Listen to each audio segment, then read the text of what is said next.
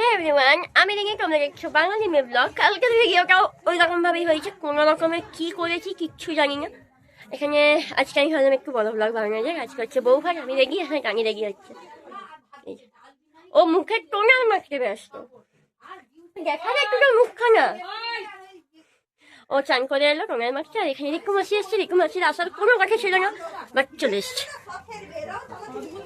অদ্ভুতভাবে এসছে। ফুচকাটা ও শরীর খারাপ,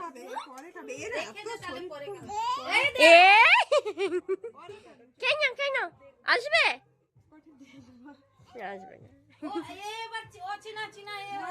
না না শরীর ওদের বাড়িতে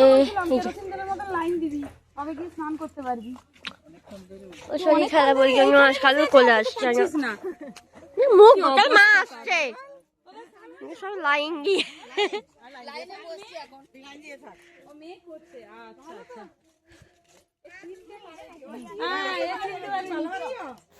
তো এখানে মুড়ি কুড়ি খাওয়ার পর বৌদিকে আমি জাস্ট একটু রেগে করেছিলাম ভাত কাপড়, যেহেতু অনুষ্ঠানটা হবে। শাড়িটা আর চুলটাই জাস্ট করেছিলাম, আর চুলে ছিল প্রচণ্ডভাবে জট, যেহেতু বিয়ে হয়ে এসছে নানা রকমের স্প্রে পড়েছে, ব্যাক কমিং করা ছিল, আর লম্বা চুল যেহেতু প্রচণ্ড বাজেভাবে মানে জট পড়ে গেছিলো, যেহেতু চুলটা না আছড়ে বৌদি চান করে ফেলেছিল।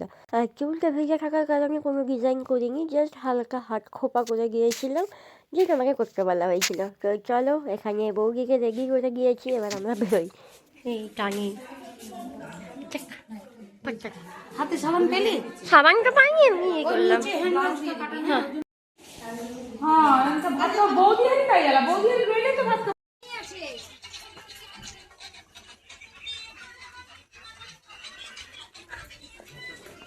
আয় চলো থেকে যাই।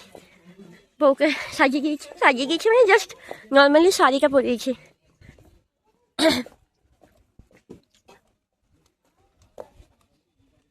আমি তো ছিলাম খাবি দিতাম, বললাম তো পালিয়ে গেল না আমরা খেতে এসেছি টাঙি।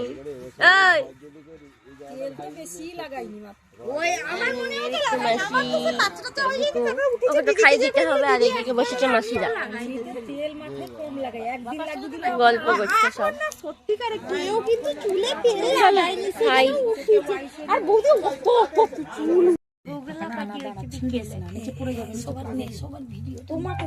তুমি খাবার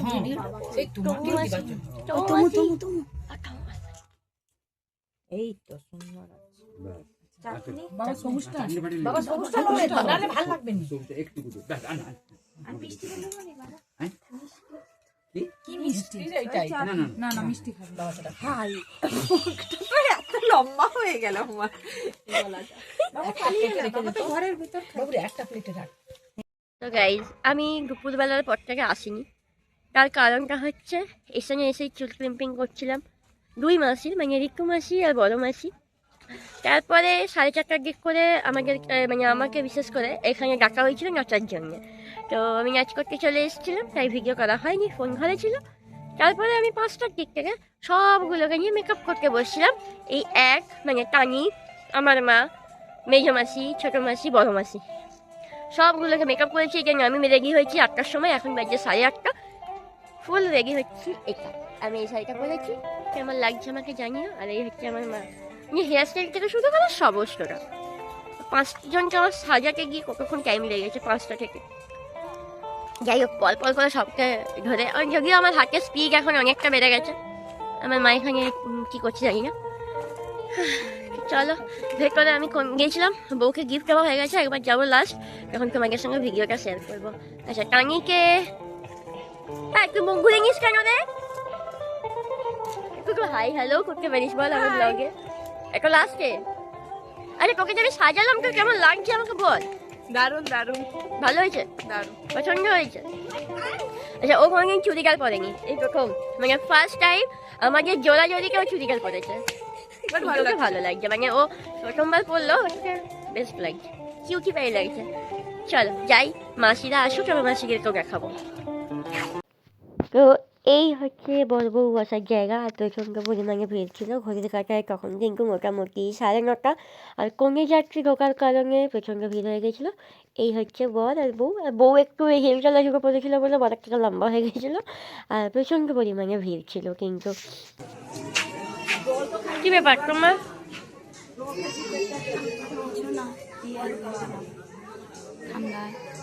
ওরা কই? তিনটাই ভেতরে? তিনটাই ভেতরে?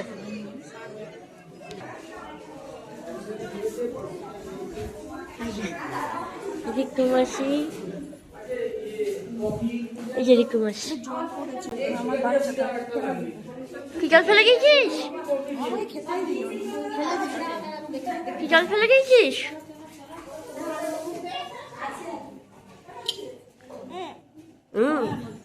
টৌ মাসি কই গো?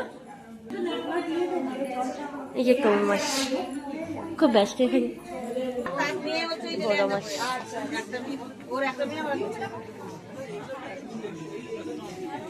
কি বলো?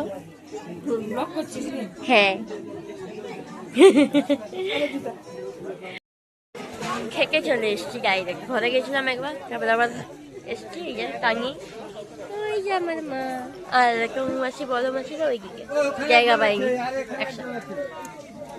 চলো খাবারটা খেয়ে নিই। মেনুটা যদি সম্ভব হয় শেয়ার করবো, নাহলে করবো না। চলো।